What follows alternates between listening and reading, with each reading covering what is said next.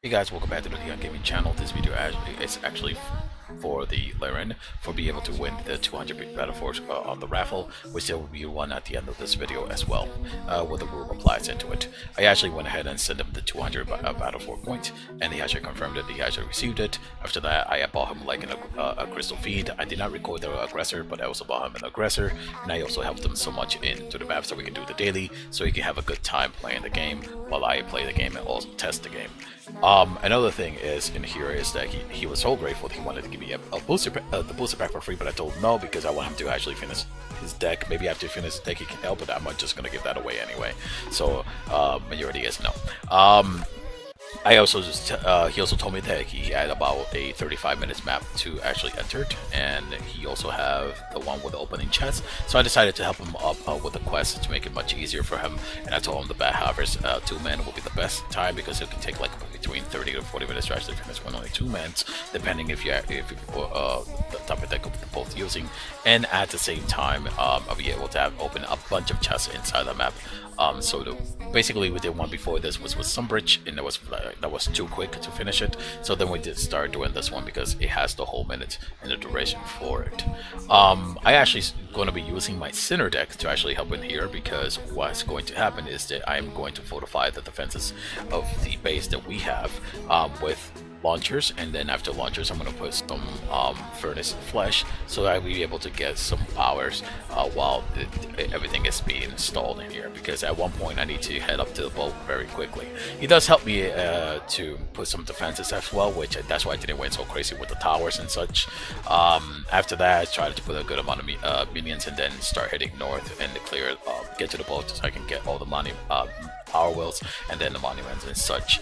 He gets the bottom left at one point, and I get the bottom right, so we can both help each other get some powers and stuff like that, because we're both gonna be actually needed it. So one of the cool things about the launcher is the more they attack, the more stronger it gets. So that's actually helpful, because if it gets to a point where they start throwing the rage flames at the base, I don't have to worry about it. The launchers are going to be able to do it just fine and kill them all. Plus giving me some power because I have a bunch of furnace, one to the right, one to the bottom left, one to the bottom right, and also one on his base, so it can help me out get some quick power up when I actually move up there. As you know, the power launchers, constructors, and all that does cost a lot, and even though I do constructors to actually save some power, it's still going to be costing a lot. So I actually put some of the juice tank because this is going to be a long battle and I need my well to stay alive until later on where I start using the resource booster. So I get my units and I get ready to just start moving up to the next area. I also bring myself a Lost Dancer. This is a specific build that I use to actually restore towers, so I go ahead and have one Lost Dancer just so it can help me up there. I actually should have told them to actually move a little bit to the bottom right side. And the reason I'm saying that is because when you actually start this map and there's missing players, as you see right here, there should have been a monument and 2 more power wells, but there's not going to be any in there, and the reason that is because there's missing players in there. So it only, when you see these monuments up here like this one right here, the one on the top, it means that I chose the right place to put myself. If I would have made it actually much easier on myself, I think I should have picked 4th place, because I think it gives you the first monument, the second monument, and the third monument, which would have been much easier. But then again, I really needed to head to the boat, so that's the reason why I picked the top spots, because I need to be up there. He does help me out with some heals in here and there, but with me and some monsters that I have in home soil, I can actually take care of this no problem. But I do always appreciate the help. He and I start talking about the deck, the Crystal Fiends and Aggressor, and I told him like this is the path that I chosen on my other deck. I love Aggressors and I love Crystal Fiends. They just feel very overpowered when you just have a bunch of them on the field, you know. So during this point of time, I actually noticed that I need to actually put some better defense, right? Summon Cultist Masters, not only because it will be able to take care of them. Hell, you can even take care of, if you have a bunch of them, you can take care of a tier 4 grinder. But the reason I put them up there is because they will actually attack for me, and I don't have to go so crazy on the tower. Not at this point, you know. At one point I will put it in there just to relieve the pressure, but I don't even have to go too crazy, so that allows me to put Amy down on the field and just get to my 4th one. Now the 4th one, I'm pretty sure it should be on the bottom right side, at least one monument. just one, not both monument or anything like that. So at one point I do tell him to actually check the bottom right, because I know the bottom left is just going to be power whales and stuff like that. There'll be some chests, but there'll be some power whales all majority of the time. So I'm pretty sure with the bottom right he'll be able to actually get their tier 3. I started sending my units to the middle area, and I did use a lot, and I mean a lot, of the launch tower. So before after sending my units down there, I also go ahead and use a resource booster so I can get much faster power, and I still have the juice tanks just to stall it a bit longer before the resource booster just literally demolish all my power wells and gives me all the power. So I actually go down there and slowly start building up the launchers again, because I don't right now at this point of time it's just going to be one and such, one or two or so, and then from there I go up on top and secure the area. Once I actually secure the area on top, I go ahead and start helping him actually finish the map. But I need to actually go on the top right side, because there are some treasures. Treasure are located on the top right side, all the way to the top of the sea cannon area as well. There's some ones where I'm at right now. There's one in the one on the bottom right side. I think it's maybe two on the bottom left side. There's another one in the sea cannon where my partner is actually heading, or has already headed in there.